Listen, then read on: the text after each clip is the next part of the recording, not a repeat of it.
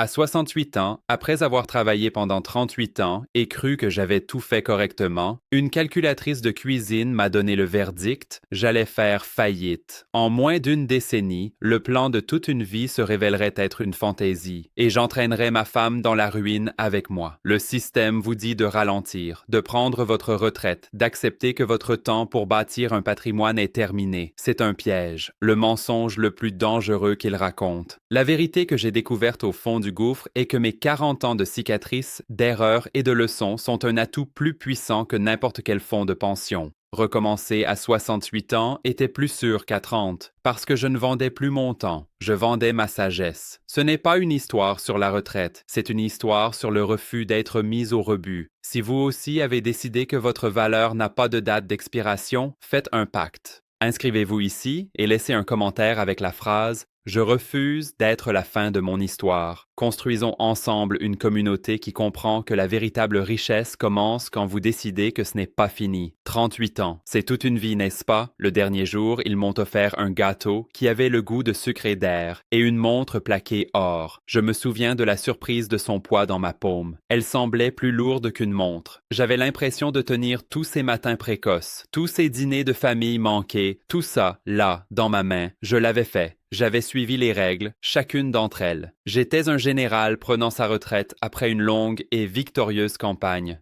Ma femme, ma famille, ils étaient en sécurité. Mon travail était terminé. Les premiers mois de la retraite ressemblaient à un long et lent dimanche matin. Ma femme, Eleanor, et moi, nous asseyions à la table de la cuisine avec un café, le soleil bas de l'après-midi filtrant par la fenêtre, faisant danser les grains de poussière dans l'air. Nous étalions des brochures de voyage glacées sur le chêne, leur douceur fraîche, une promesse de la récompense à venir. Rien d'extravagant, une petite croisière pour voir les feuilles d'automne sur la côte. Le conseiller financier, un jeune homme vif qui parlait avec des graphiques et des projections confiants, nous avait assuré que le chiffre était bon, le pécule était en sécurité. Il n'y avait aucune raison de douter des experts. Ils s'en occupent à partir de maintenant, me disais-je. C'est pour ça qu'ils sont là. C'est la récompense. Nous avions l'impression d'avoir tout le temps et tout l'argent du monde. Tout semblait chaleureux et réglé. La première fissure n'a pas été un coup de tonnerre, c'était un bruit.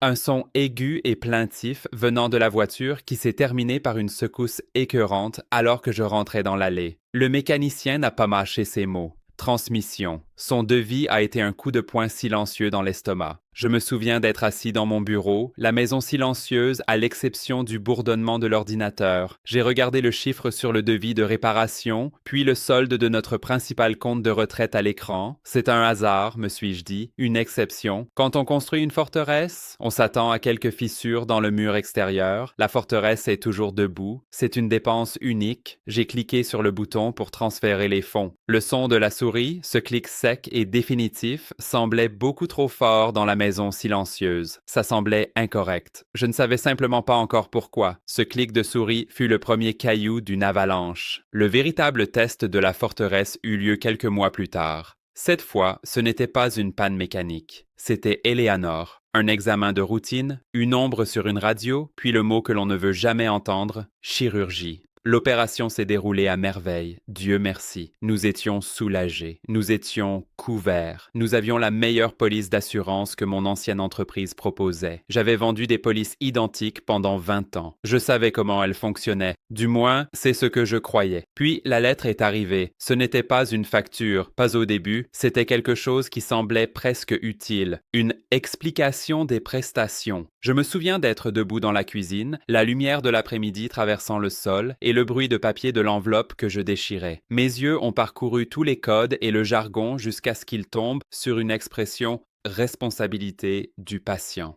Et à côté, un chiffre. Un chiffre avec tellement de zéros que ça ressemblait à une faute de frappe. L'encre paraissait plus sombre, en quelque sorte, plus épaisse que tous les autres mots sur la page. « C'est une erreur », me suis-je dit. Une erreur administrative. Le système auquel je croyais, celui que j'avais vendu avec une poignée de main ferme et un sourire honnête toute ma carrière, il ne nous ferait pas ça. Ce fut le début de l'angoisse, un nœud froid et lourd qui s'est installé au fond de mes entrailles et n'est jamais parti. Le sommeil est devenu un étranger. Une nuit, je me suis retrouvé à me glisser dans la cuisine sombre, le clair de lune projetant de longues ombres sur le linoléum. J'ai sorti cette vieille calculatrice du tiroir fourre-tout, celle avec les gros boutons. J'ai commencé à faire les comptes, les vrais comptes. Notre retrait mensuel, plus l'hypothèque, plus le coût réel des courses, plus ce nouveau chiffre écrasant. Le cliquetis dur et impitoyable des touches en plastique était le seul son dans la maison. Ça et le bourdonnement bas et constant du réfrigérateur qui me donnait soudain l'impression de se moquer de moi. J'ai entré le calcul final. La réponse est apparue sur cet écran rouge, brutal et furieux. Nous serions fauchés, complètement fauchés, en moins de 10 ans. Le travail de ma vie, mon unique travail, était de la protéger, et j'avais échoué. Tout ça, tout le plan, n'était qu'une fantaisie. La honte est une chose physique. C'est un poids dans vos os. C'est une chaleur qui vous monte au cou. Ça a commencé avec le courrier. J'ai commencé à organiser ma journée pour arriver à la boîte aux lettres avant Éléonore. Toute enveloppe à l'allure officielle, tout ce qui venait de l'hôpital ou de l'assureur, je le glissais dans mon manteau avant d'entrer dans la maison. Je peux encore le sentir, la sueur froide sur ma peau, le léger froissement de l'enveloppe cachée dans ma poche, une chaleur secrète et honteuse juste sur mon cœur. Elle ne devait jamais savoir. L'humiliation de lui avouer que j'avais échoué serait pire que l'échec lui-même. C'était mon fardeau, le mien seul. La pile d'enveloppes cachées dans le tiroir de mon bureau grandissait. Un après-midi, je l'ai ouvert et je les ai juste fixées. Une épaisse pile blanche de ma propre lâcheté. Ma main tremblait en les saisissant, mais je ne pouvais pas le faire. Je ne pouvais même pas me résoudre à les ouvrir, à affronter les chiffres à l'intérieur. Et dans le silence poussiéreux de cette pièce, fixant mon propre reflet fatigué et effrayé sur l'écran sombre de l'ordinateur, je l'ai finalement avoué à l'air vide. Mon orgueil, ma croyance que j'avais toutes les réponses, allaient nous laisser sans rien.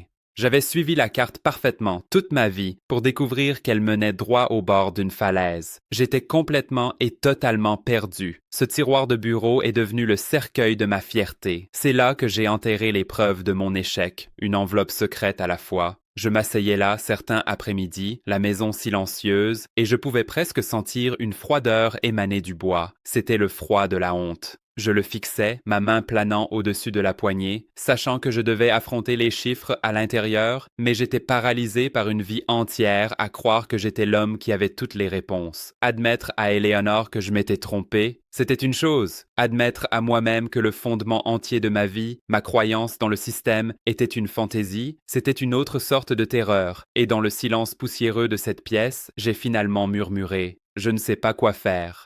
Or, c'était la chose la plus vraie que j'avais dite en 30 ans. Quelques semaines plus tard, mon beau-frère Jim est venu pour un barbecue, le genre de samedi après-midi facile que nous considérions autrefois comme acquis. L'odeur de charbon de bois et d'herbes fraîchement coupées, le sifflement des hamburgers sur le grill. J'essayais d'agir normalement, d'être l'homme que j'étais censé être, mais ce nœud froid d'angoisse était toujours dans mon ventre. J'ai demandé à Jim, il a quelques années de moins que moi, un ingénieur, pourquoi il s'embêtait encore avec du conseil à temps partiel. « Tu as bien mérité ton repos », ai-je dit. Il a retourné un hamburger, les yeux fixés sur le grill, et il a prononcé les 9 mots qui ont changé ma vie. Il a dit « Il ne me paie pas pour mon temps, Frank », puis il m'a regardé droit dans les yeux. « Il me paie pour mes 30 ans ». Le son des hamburgers qui grésillaient, le bourdonnement paresseux d'une abeille près des azalées, tout s'est simplement arrêté. Ces mots ont tout transpercé. C'était comme une cloche sonnant dans une église silencieuse. J'avais passé 2 ans à me considérer comme usé, fini, un poids. Le monde me disait que mon temps était révolu. Mais mes 38 ans à naviguer dans les petits caractères, à calmer des clients nerveux, à voir chaque piège et chaque astuce, était-ce un atout? Mon expérience valait-elle de l'argent réel? Pas mes économies, pas mon portefeuille, ma sagesse. La pensée était si étrangère, si radicale, qu'elle n'avait presque aucun sens. Je n'ai pas pu dormir cette nuit-là, mais pour la première fois en 1 an, ce n'était pas à cause de l'angoisse. C'était une énergie différente, un bourdonnement qui a commencé derrière mes yeux.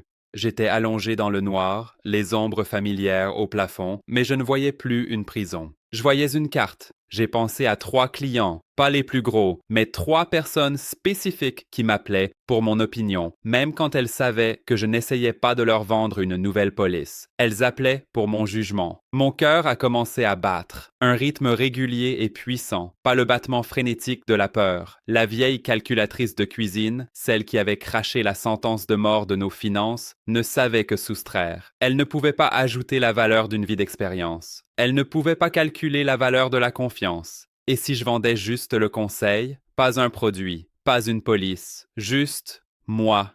L'idée était terrifiante, et pour la première fois depuis très longtemps, elle ressemblait à de l'espoir. Le lendemain matin, je me suis assis à mon bureau, le même bureau où je cachais les factures. Sur un bloc-notes propre, j'avais écrit 3 noms, 3 numéros de téléphone. Ma main a plané au-dessus du combiné pendant 20 minutes. Il semblait fait de plomb. Mon cœur battait la chamade, mais c'était un rythme différent de celui que j'avais appris à connaître. Ce n'était pas le battement frénétique et superficiel de l'angoisse. C'était le tambour lourd et retentissant d'un homme sur le point d'entrer sur un champ de bataille. « C'est pathétique », me chuchotait une voix dans ma tête. « Ils vont penser que tu m'en dis. » Un cas de charité, c'est l'appel le plus humiliant de ta vie. J'ai composé le premier numéro. Ma voix, quand j'ai parlé, était tendue et un peu trop aiguë. Je lance une petite activité de conseil.